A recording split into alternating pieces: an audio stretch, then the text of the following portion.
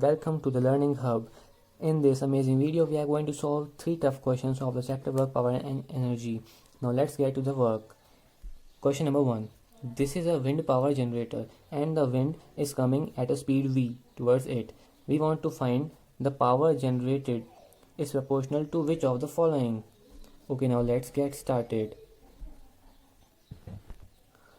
For getting out to the answer, we have to find a relation between the power and velocity. So we remember a formula that P equals to F into V. Okay, now we know that force is equal to delta P by delta T, or we can simply say that F is proportional to delta P or proportional to mv. Now what m is equal to? The density of air into the area intercepted into the velocity of the air. So we can write that F is proportional to mv, which is proportional to m, which is equal to rho av v, which is equal to rho av square. Now let's get to this expression again. P equals to fv, which is proportional to rho av square into v, which is equal to rho av cube. So we get to the point that power is proportional to v cube. So our answer is C, v cube. Okay, now guys, now without wasting a minute or a second, let's get to the question number 2. We have been given this situation where all the surfaces are smooth. We have to find the velocity of the block 2 when it hits the wall. Okay, now consider the situation when the block hits the wall.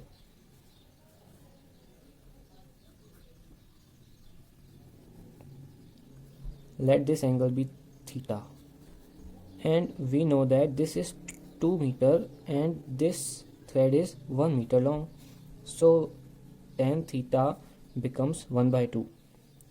Actually the block is touched with the wall, which implies that cos theta is equal to 2 by root 5.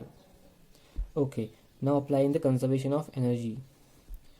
M2G H. What is H? 1 meter. Okay. M1G.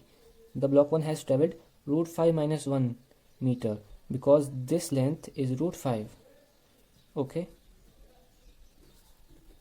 Half M1 V1 square plus half M2 V2 square. Now we can assume that this is velocity V2, this is velocity V1, and the relation between them is V2 cos theta is equal to V1. V2 cos theta is equal to this, as you know. So 2G is equal to G by 2 root 5 minus 1 plus 1 by 4. What is the V1 square?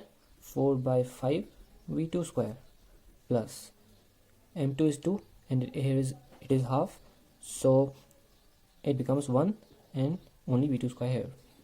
Okay, so it is G common and 2 minus root 5 by 2 plus half is equal to V square V2 square multiplied by 1 by 5 plus 1, which is equal to 6 V2 square by 5. Now putting the value of G as 10, we get 5 multiplied by 5 minus root 5 is equal to 6 V2 square by 5, and now we have reached our final answer as V2 equals to 25 by 6, 5 minus root 5 meter per second. Okay friends, now let's get to question number 3. A carpet is rolled in a cylinder of radius r and given a gentle push. Find its linear velocity when its radius becomes r by 2. Okay, consider the initial situation. The center of mass is at the height r, and consider the final situation. The center of mass will be at height r by 2, and let the mass of this be m. So the mass of this becomes m by 4, which we can calculate easily. Now applying conservation of energy. So initial energy is equal to final energy, as we all know. So mgr is equal to m by 4 gr by 2 plus the kinetic energy also, half I omega square. Now what is I? M r square by 2 omega square plus half, m is here, m by 4, half m by 4 m v square. Okay, cancelling out m from both sides, we get gr is equal to gr by 8 plus, now here,